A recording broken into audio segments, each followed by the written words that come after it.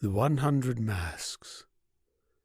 Up high in Raven Tree lived the Count Dragomir, future heir of the surrounding county. From a young age he wasn't renowned for his skills at hunting or his prowess at war. It was his fairness which made him the talk of the town. Men quietly envied him, while women whispered his name with fancy.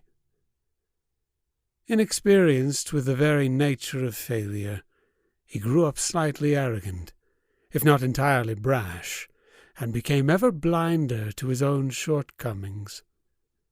No woman could resist him, and no man ever dared surpass him in anything, humility being a safer bet.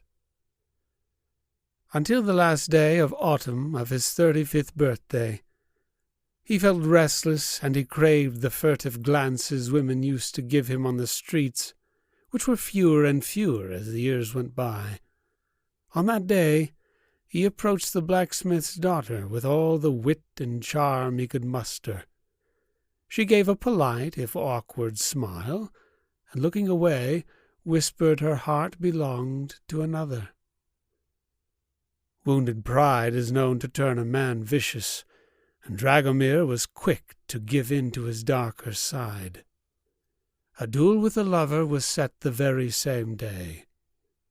The blacksmith's daughter's champion, a veteran of the witches' wars, wielded the blade like no other, and tried his best to merely disarm the enraged ruler.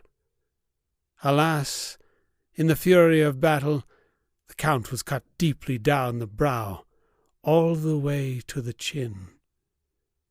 It wasn't the pain Dragomir cared for, although he was in agony.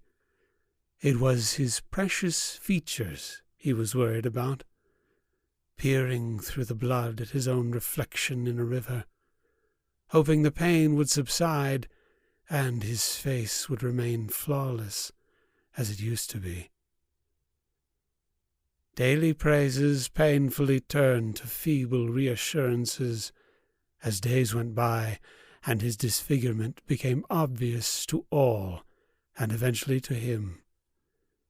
Envious stares turned to glances of barely concealed disgust, pushed Dragomir to eventually retire to his mansion, alone with the sole company of his own shadow and rapidly fading happier memories.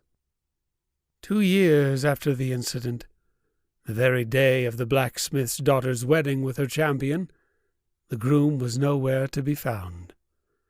Searches, however thorough, turned up to be futile, and were short-lived, as more disappearances started to plague the Raven Tree.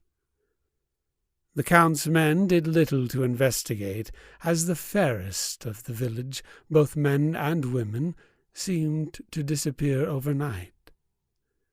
Raven Tree has since become ghostly, as those who haven't fled remain hidden behind locked doors, and barely notice as 4 adventurers arrive in the town, determined to solve the mysterious disappearances. A young woman of pale complexion stands motionless in the middle of the room. 4 badly mauled corpses lay scattered around her.